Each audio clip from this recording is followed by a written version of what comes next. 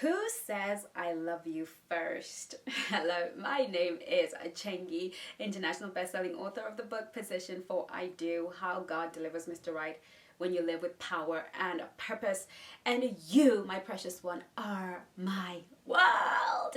So welcome to Chengi's World. Follow me on Instagram, Chengi's World, Facebook, Chengi's World, because it is on and popping on those handles. And girls, there are like 34,000 of us on YouTube. And there are like 3,000 of us on Instagram. So let's go do this. Let's go do this, because there's some stuff that I'm going to be doing that is just exclusive to Instagram, and some interviews that I'll be having that are exclusive to those platforms only. So I don't want you to miss out. So make sure you go straight to Instagram and Facebook and follow me on those platforms. In the meantime, we're going to talk about who should say I love you first. All right, so this is something that we kind of go back and forth on. Movies have been made about it, hopeless romantics, and popular culture and conventional wisdom says whoever feels it first must say it. Here's the thing, girls, right? I'm not here to give you, some sweet talk and whatever. I'm just going to give it to you straight. And I know that some of you are not going to agree, but that's fine. We don't have to agree on everything. But I will tell you from my experience, from my knowledge, and from the work that I do, that it is important that the man leads the emotional pace of the relationship. I've said this once and I will say it again. Men are the emotional gatekeepers of the relationship, and you, us women, are the sexual gatekeepers of the relationship. Now, that is not to say there are no exceptions to the rule. That is not to say that they are men who prefer to be the sexual gatekeeper of the relationship. But by and large, this is all to do with masculine and feminine energy. So let me rephrase this answer to you. It is the masculine energy that has to say it first. So if you are the masculine in the relationship, if you are the woman that pursues the man, you are the one to make the first move, you are the one that asks him out for dates, you are the one that provides, the one protects, the one that cherishes his emotions, and the one that is after sensual and sexual stimulation in the relationship. So you know to yourself, what I am getting out of this relationship is great sex and a great sense of homeliness. Like, he is able to provide home, that homely feeling, and I get laid. Then you are in the masculine. So if you're pursuing being laid, you are in the masculine. So the person who wants, you have to understand, I've said this before and I will say it again, it is all about an exchange of value. Relationships are about an exchange of value. When we understand the value we bring, when we understand the value we want, we are better able to navigate with clarity, safety, and get the right results at the end of the day. So you have to ask yourself, are you showing up as a feminine woman or a masculine woman?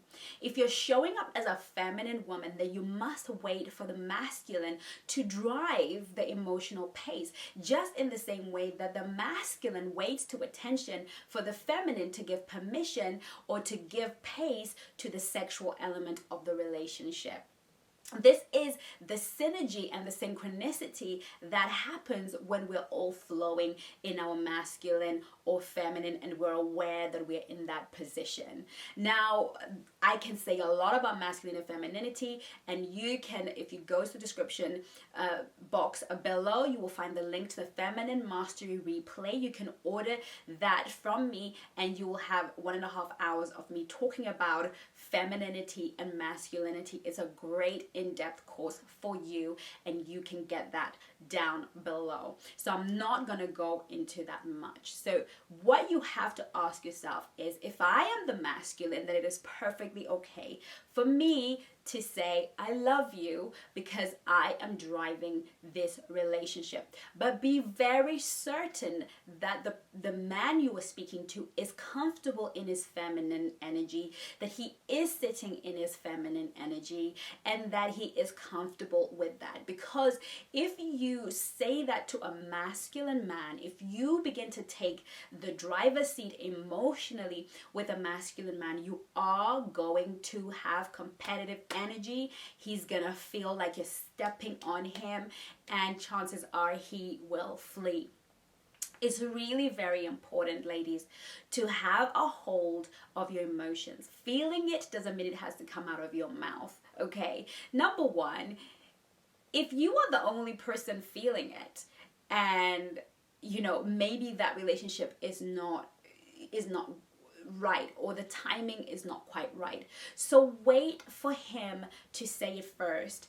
And the truth be told is, if the relationship is healthy, the relationship is right, you're compatible, you have great communication, and you're great with chemistry, it's really not going to be a big deal, because he's going to open up and tell you that he loves you. It's so important that you don't kill attraction by driving things emotionally. Let him tell you how he is and state where he is. Just in the same way as a feminine, you expect the man to wait on your cue when you're making out, and maybe hands start to go places that you didn't anticipate. You are the one that says not yet. You are the one that moves his hands. You are the one that says, okay, we're gonna go to second base or third base or whatever base, right? You are the one that determines whether you go to his house or invite him to your house. You are the one that says yes to all sexual or no to all sexual advances. In the same way, you are driving the access to you sexually. He is driving the access to him emotionally. We can go into why that is the case, but let's just keep it simple. If a woman has sex with a man, it's not the man that gets pregnant. It's the woman that gets pregnant. And depending on the man she's with, that can be a really good thing or a really bad thing. Because we carry the responsibility of harnessing life, keeping life, knitting life, growing life, and then looking after life, we have to be careful who we let into our lives sexually. The moment we start to have sex, we really start to play God, because we are beginning now to get into the area, especially intercourse, where we are now creating life within us, and that man can bugger off. So that's why it's important for us to realize that we are the gatekeepers of the sexual dimension of the relationship. In the same way, a man takes the emotional risk. Now, that emotional risk doesn't start at I love you. That emotional risk starts from a man coming out of his comfort zone, crossing the room to speak to a woman.